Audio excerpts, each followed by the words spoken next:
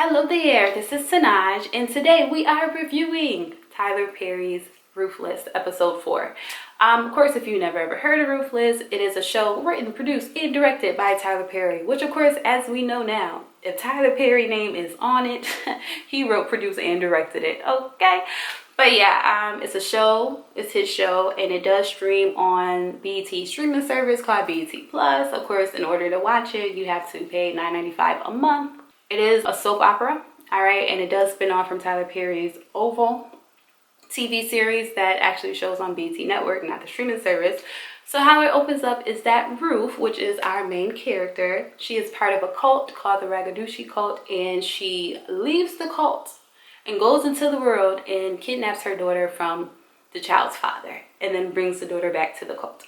So that is what it's about, and the story basically is supposed to show Ruth trying to break away from the cult with her and her daughter. We have not yet gotten to that part where Ruth has came to her senses and trying to leave the cult, but I'm sure we will get there soon. But it needs to hurry up because I'm tired. I'm tired of Ruth. But moving on.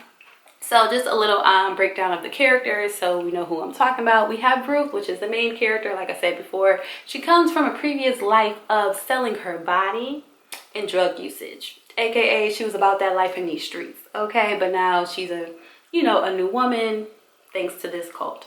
So we have her friend, quotation marks. You'll find out why I'm using quotation marks later. But we have her friend Tally, who has been in the cult for 3 years, and Tally is the one who actually convinced Ruth to come to the cult. Tally is over this cult, okay, to say the absolute least. She ready to get on. Okay, and Tally keep getting beat. Okay, that's who Tally is. Pray for Tally. We have Andrew, who is in love with Tally and has impregnated Tally. But the funny thing about Andrew is that he is actually a secret agent. You know, he was sent to the cult undercover, to become one of them, and then, to arrest everybody. You know how that go. But Andrew has not been in contact with his police department. So therefore, we don't know if he's an actual believer or if he is just, putting up a front, really selling a show. We don't know. And then we have Brian, who is another detective who is actually being sent in to work with the cult as well because Andrew is missing. And we need to find out, Andrew, like, is you alive? Like, what's up? Like, is you down with the crew? We don't know. So we're going to send in Brian. And then, of course, Brian's wife is Lynn, who is not a wise lady. Next, we have Daikon, which is, he's the right-hand man, to the highest. He keeps the laws. He makes sure everybody else stays in line. Like, he is the enforcer. He is dark. He wears black. Oh, he's dark in 2 ways. Dark skin, and also his spirit is dark. Okay, he is scary. He always wears black, which of course everyone else wears purple, and then Daikon is in black, and then the highest is in white. Of course, right? So that's Daikon. We don't really have a backstory for him. And then we have the highest, who is known as the second coming of God, whoever that God may be. Oh yeah, Ragadushi. We just know him because he is the lead. He's the leader of the cult. Everyone listens. Whatever he says goes. And that's that. All right, so for episode 4, I had to make a review because I'm like, someone needs to talk about this. Okay, and this someone will be me. When I watched the first 5 minutes of that dang on show, I literally watched it like this. I promise you. I couldn't watch. Okay, so a summary of episode 4. It starts off. Ruth is, as we all know, she is in the process of becoming an elder. Okay, and the episode starts off with the highest. He calls a meeting, for the congregation, basically to reveal the prophecy that he got from whoever it is that they call God, right? From the Ragadushi, I guess. So he calls a meeting or whatever to, share the prophecy, which is that, oh, all of you guys are chosen. Okay, fast forwarding, he spills the beans about Tally, bringing disgrace upon everybody. Now, no, Tally has already gotten beat up twice. Okay, from this so-called disgrace that she has brought into everyone, which was absolutely nothing. So so she already got beat up twice. The highest looks at Ruth, okay, and he tells Ruth, you're an elder now, so you need to punish Tally. And, you know, Ruth was like, what? He's like, do what I say. And of course, you know, Tally, she like, my child is here, you know, Ruth's child is here. Like, I already been beaten up enough. Like I said, she already got beat up twice. Okay, this right here is the third time. So keeping it short, Ruth got up and she beat up Tally. That was extremely hard to watch. Even before she even started beating her up, like the tension. I'm like, is she going to fight her? What's going to happen? The daughter's there. Do they care? You know, it was just a whole bunch of tension. So either way it go, Ruth got up and she just started beating on Tally. And of course, Tally, she can't defend herself, right? So Tally is just laying there in a lump on the floor. And then Andrew, you know, he's told to like take her to, I don't know, it's just like this storage bin that's just like really, really big. So Andrew is trying to bring Tally up, and Tally can't walk because Tally is mother effing broke, right? So then Daikon tell him, no, drag her by her hair. Her hair, right? So then Andrew, he literally grabs her by her hair, taking her down steps. And it's like, this girl already couldn't walk, but I bet you she wish she could walk then, okay? So he takes her to this little storage cubicle or whatever, and they're in there talking, because mind you, Andrew and Tally is in love with each other. And Tally's like, yo, I have to go. I'm leaving tonight. And let me tell you about this Tally person. Tally is so done with this dang on cult and getting her butt beat that she said, forget my child, okay? But I hear you, Tally. You know, she said, tell my child I said I love her, but I got to go, right? So then Andrew convinces her to stay, you know, just like to wait for him in the morning, and, you know, he can get a plan for both of them to leave. Now, what I am confused about this Andrew person is that, like, did you forget that you have a whole family at home? Mind you, he has a wife. He has a son, okay? They are losing it, okay? Because they don't know anything that's happening with, you know, Andrew. They don't have any, like, you know, contact. They ain't got no money. Like, they out here stressed. And Andrew over here professing his love to Tally. I can't. But moving on. So anyway, so Andrew leaves. You know, Tally decides that she's going to wait for him, whatever. So Andrew leaves, and then here comes Daikon. He's like, Andrew, you've been in there for a long time. Were you having sex? So Andrew's like, no, I wasn't. And Daikon asks Andrew to drop his pants. Now, what we do know about Andrew is that Andrew is a man. Okay? A man, all right, and a straight man at that, because he got Tally impregnated. You know, he seen the highest doing his little do with that younger man, and he threw up. You know, he is not about this life. So there we go. So, you know, Daikon asked him to drop his pants. You could tell the restraint and the uncomfortableness that Andrew possessed in that moment. Good acting, Andrew. We see you, blue. But and then Daikon, you know, he bent over and he smelled Andrew's private part. And what I will say about this show is that there is a whole lot of nudity in this show, and no wonder why it has to be on BC Plus, because my God. But all of this nudity, it looks weird to me. You know, I feel like the pieces that they're using is like rubber, you know, because it look a little off. Now, if it is the real thing, like, okay, all right, but it look a little off to me. But moving forward, so Daikon smells, you know, his private part to see if he had any vagina. Turns out he didn't. So then Daikon tells him the highest is ready to cleanse you. Now, cleansing. This is what we know about cleansing. Every episode, this moment has been spoken about. But what we do know is that not every man gets cleansed. Okay, you have to be chosen in order to be cleansed. All right, and it's supposed to be this beautiful experience, but yet nobody talks about what cleansing actually is, because it's like once it happens, like you have to be on mum, because it's just so sacred. So we don't know what the free cleansing is. Like, we heard some things, but we don't know. So anyway, so Andrew meets the highest, and the highest is in there oiled up. Okay, I don't know if he used baby oil, but I seen the sheen. But he is sitting on his bed naked, okay, with just a pillow right here covering his private parts. So either way it goes, so Andrew comes in and he tries to leave, and the highest is like, no, stay. Like, what? But anyway, so the highest explains to him that, you know, the men that he keeps closest to him all bear his seed. You know, they all have his seed within them. Which of course is like, I see you, the highest, you know. It's like, it was a little poetic, it was a little poetry, but also it was just plain English saying, I'm going to insert my semen inside of you so you can have my seed. But moving on, so it closes out with the highest patting his bed and telling Andrew to come sit on it. And Andrew sits, and then the scene ends. Now, I am gracious that they did not show anything else because I didn't need to see that. But then on the other hand, it's like you show everything else. Why you couldn't show that? We have Ruth, and she's getting bathed again.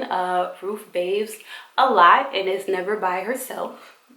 We can say that. So either way it goes, so she's getting bathed because she's getting prepped, you know, for this ceremony, you know, for her transition to become an elder. And she's speaking to the oldest elder, which is Marva. So they're speaking, and Ruth is just really sad. Okay, she is torn up because she had to beat her friend. But she's talking about how she had to beat her in front of her child, and basically how it was unnecessary. And the Marva, the oldest elder, she is like, you better shut your mouth, okay? You talking too much about this, and you're talking blasphemy, basically. And then she proceeds to tell Ruth to drink this liquid. All right, and Ruth was like, why do I need to drink this? And the girl is like, well, to make the process more pleasurable. Which, of course, I don't like the way she said pleasurable, but moving on. So, side note is that when Brian's wife, Lynn, came to the compound, remember, they gave her a beverage, too, that looked at like this beverage right here. And then we came to find out it had nothing but PCP and hallucinations up in there, okay? But moving on, so anyway, so Ruth and Marva, they're walking like to meet the highest, and this Ruth person tells Marva that she needs to speak to the highest about Tally. Basically, Ruth is trying to tell the highest that Tally plans on running away. Which is crazy because it's like, dang, Ruth, you still trying to snitch on your friend? And you just like beat her up? Like, do you not? I thought you were feeling guilty. I guess not. You know, so either way it goes, so that's why I always do quotation on friend, because Ruth ain't no friend. Ruth is a friend to the highest in the love that she has for him. Okay? Because let's be clear about it. Okay, Ruth, I don't even know if Ruth is actually a believer. I just feel like the highest just got her so spinned up. She just so in love with him. That's all she sees. Oh, another note is that Ruth was looking good, okay? She was dressed in like this little plum purple number, you know, it had like a little cut or whatever, long sleeves, a little sheer, high splits on the side. I was like, oh girl, Ruth, like I would totally wear that. You know, if I was about that life, I would totally need that in my closet. And it's my favorite color. But anyway, so the doors open, Ruth comes in the building. All right, and all she sees is it is a table in the center, right? It's like a rectangle table slash bed, whatever.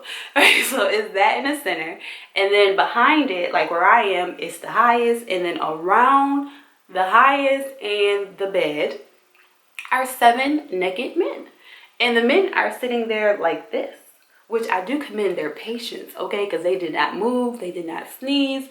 They didn't go to sleep. Like, they was here waiting patiently. And once again, they looked oiled up too.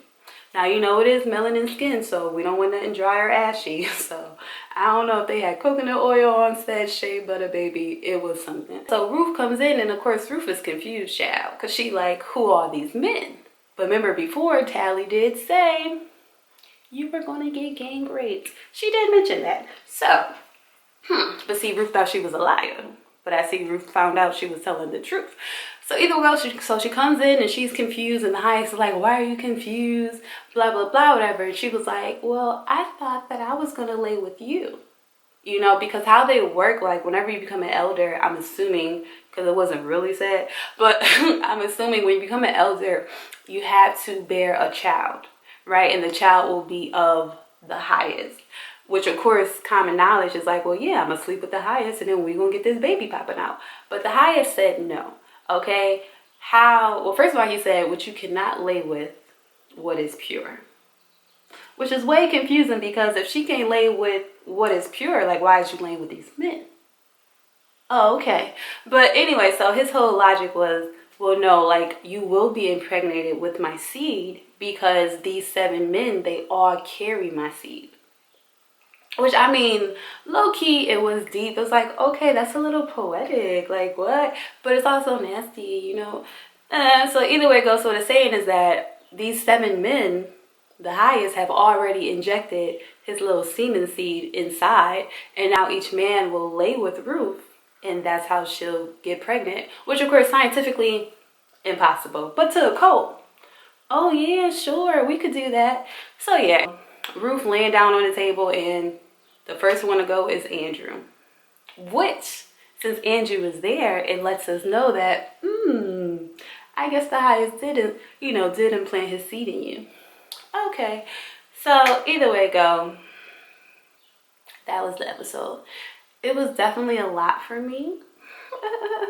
Like I said before, I'm like this the whole time, like literally, because honestly, this show is extremely dark.